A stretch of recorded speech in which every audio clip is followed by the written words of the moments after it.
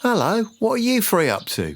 Celebrating. We've just found £50 on the floor. Oh, wow. What did you do with it? We did what Jesus would have done.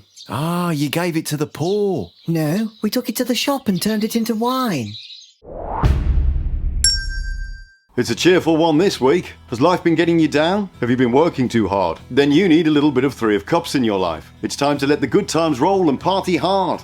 Yay. The Three of Cups is a card of friendships, festivities and people sharing good times. It's similar to the Four of Wands in that it's about celebrations, but with more of an emphasis on good friends this time around. We certainly see that on the Waite Smith card. Arthur Edward Waite describes the image as maidens in a garden ground with cups uplifted, as if pledging one another. There seems to be rather a lot of pledging going on. We had it in the Two of Cups last time. They're pledging each other's brains out in this part of the tarot. Also, Three Maidens, Three Cups is not to be confused with another similar sounding video on the internet. Anyway, this card emphasises the importance of good friends, with the three ladies holding their cups up in celebration. Similar again to the Four of Wands, the pumpkin and all the various fruit and veg knocking around suggest they're at the end of the harvest, and now they're relaxing and celebrating a job well done. Rachel Pollack says the three show an appreciation of the meaning and value of the suit. I certainly appreciate the value of a good suit. In the case of the cups, that includes love and devotion, so we could say that this card is about cherishing our friends and the times we spend together. Pollack goes on to say, in bad times as well as good, the card shows a sharing of experience. As usual, the image on the Thoth card is a little more abstract, but it's still a pretty cheerful design, with three very kitsch-looking receptacles. I'm sure we all remember seeing glasses like that at our grandparents' houses. However, there is a good reason that they look like that. Crowley says the cups are pomegranates. They are filled bountifully to overflowing from a single lotus, arising from a dark, calm sea, characteristic of Benar. Well, first of all, it's not a single lotus, there's about 8 of them on there. He's making it up as he goes along. But you can see that the cups are definitely based on pomegranates. Now here we find a very important symbol in ritual magic. Regular viewers will know that I often quote from Israel Regardie's book, A Garden of Pomegranates, which is his classic work on Hermetic KABBALAH. We also saw them on the veil that hangs behind Pixie's version of the High Priestess back at number 2 in the Major Arcana. Pomegranates are a symbol of abundance, fertility and the divine feminine. Crowley goes on to say the lesson seems to be that the good things of life, although enjoyed, should be distrusted. This brings us on to the story of Persephone. Percy who? A brief history of Persephone.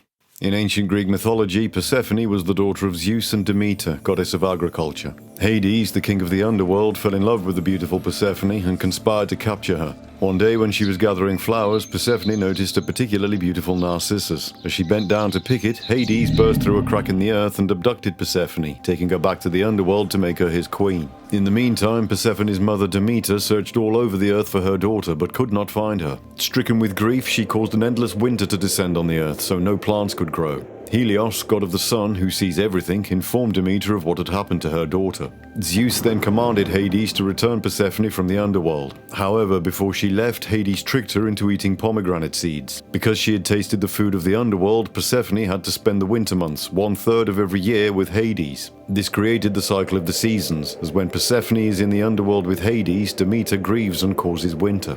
When she returns to the world above, spring and summer flourish. Because of this, Persephone became the embodiment of spring and vegetation. So a cautionary tale there to warn against excess. Milo Duquette says one could not ask for a more perfect picture of sensuous pleasure and plenty. The imagery of the pomegranates, however, carries a subtle warning. Abundance has its price. Moving on to the Sforza and Marseille cards, we can see that they're still flowery and cuppy. Something tells me that's going to be an ongoing theme. The Solar Busker card has a big cup at the bottom, underneath a pair of gravity-defying cups hanging off a weird-looking plant. No cherub musicians this time, maybe they've popped out for a metaphysical cigarette. Here is something that presents itself to us. Yes? Life and the universal existence for serving us in our penetration. Right. Anyway, have you noticed that sometimes he'll talk about any number except the one that's on the card? Also, with all the talk of pumpkins, pomegranates and vegetables, would you believe that this is the only time Tallula doesn't mention vegetation? I mean, what are the rules? The Hermetic title for the Three of Cups is Lord of Abundance.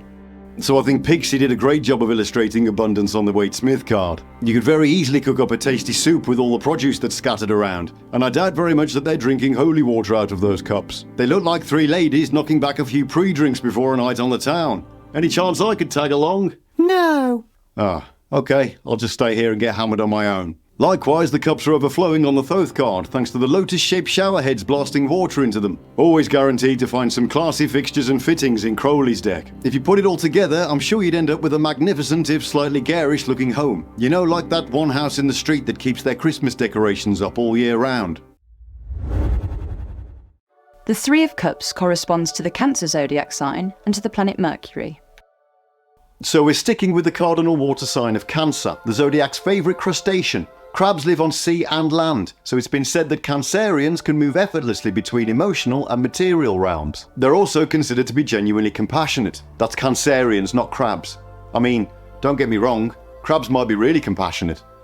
Although I'm not sure how you'd be able to tell. Do you think maybe we could move on from the empathy level of crabs? Yes, sorry, the point I'm trying to make is that compassion fits well with the friendship aspect of the card. In astrology, Mercury is the planet of communication, intellect and the mind. It's said to govern not only how we express ourselves, but also our capacity to listen. When we put all of that together, we get an intelligent and talented communicator, a perfect candidate for any of the friends on the Three of Cups card. Mercury and Cancer celebrities include Margot Robbie, the plastic doll, Guardian of the Galaxy Chris Pratt, and bowling enthusiast from The Big Lebowski, John Goodman. The Three of Cups resides in the world of Briar and sits at the third Sephira of Binah, at the top of the pillar of severity. So we're at the third Sephira of Binah, which translates to understanding. This is the Sephira of the divine feminine, embodying the receptive, nurturing and intuitive aspects of consciousness. Now we're still in the watery world of Briar as it's the suit of cups, but Binah itself is also associated with water. It's also known as Mara, the great sea, the mother of all living from which all life has its beginnings. So we've got a soaking wet Sephira for this one. Anyway, Binah is the feminine counterpoint to the masculine Sephira of Hokmar and forms the foundation of how we interpret duality and unity in the universe. We're going to be coming back to those concepts later in the series when we talk about the King and Queen of Cups. But for now, according to S.L.Macgregor Mathers, the third Sephira or triad is a feminine passive potency called Binah, the understanding, who is co-equal to Hokmar. The Three of Cups herb is Burr fruit. This herb can encourage our connection with the universe. I am at one with all things. But what does it all mean?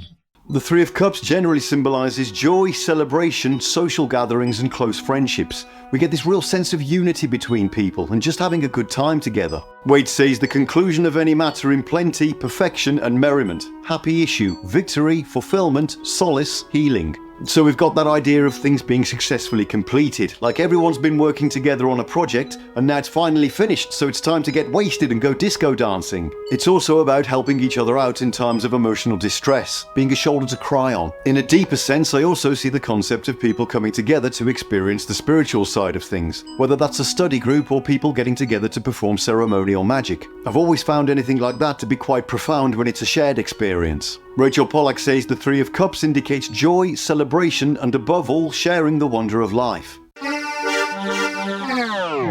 It announces that one of your relatives or one of your best friends will obtain great success in a theatre company. Now that's interesting because our very own Jess from the Tree of Life section is also a keen thespian who regularly treads the boards, so this sounds like good news for her. Showers of wreaths and bouquets will come at the end of the next performance. Thank you, thank you. Ow! The reverse Three of Cups can be a sign of conflicts and misunderstandings within a group of friends. It can also be a sign that maybe we need to reevaluate the people we associate with and the things we do together. Is it doing us more harm than good? Other things in a peer group like jealousy and competition can be symbolised by the upside down card. Waite says reversed, expedition, dispatch, achievement, end. It signifies also the side of excess in physical enjoyment and the pleasures of the senses. Ooh, that all sounds pretty good to me. Rachel Pollack says Waite intended this to mean that deeper values are ignored. Oh, can't I just have a little bit of the pleasures of the senses? No, the deeper values are what really matter in life. Yeah. Anyway, it can also be a sign of projects not drawing to a successful conclusion or working out the way we wanted them to. Rachel Pollack goes on to say it can show loss of some happiness. Very often it can indicate that something hoped for has not come about. In the reverse, this card means relief. Relief from what? Nonsensical word salad from 17th century fortune tellers? The big takeaway for the Three of Cups is the concepts of unity, joyful endings, and the shared happiness of good friends. Marcel Proust once said, "Let us be grateful to people who make us happy. They are the charming gardeners who make our souls blossom." Thank you for subjecting yourself to more spiritual gibberish here at Kippi's Quest. May the coming days bring you joy, merriment, and the desire to like this video and subscribe to our channel. Until next time.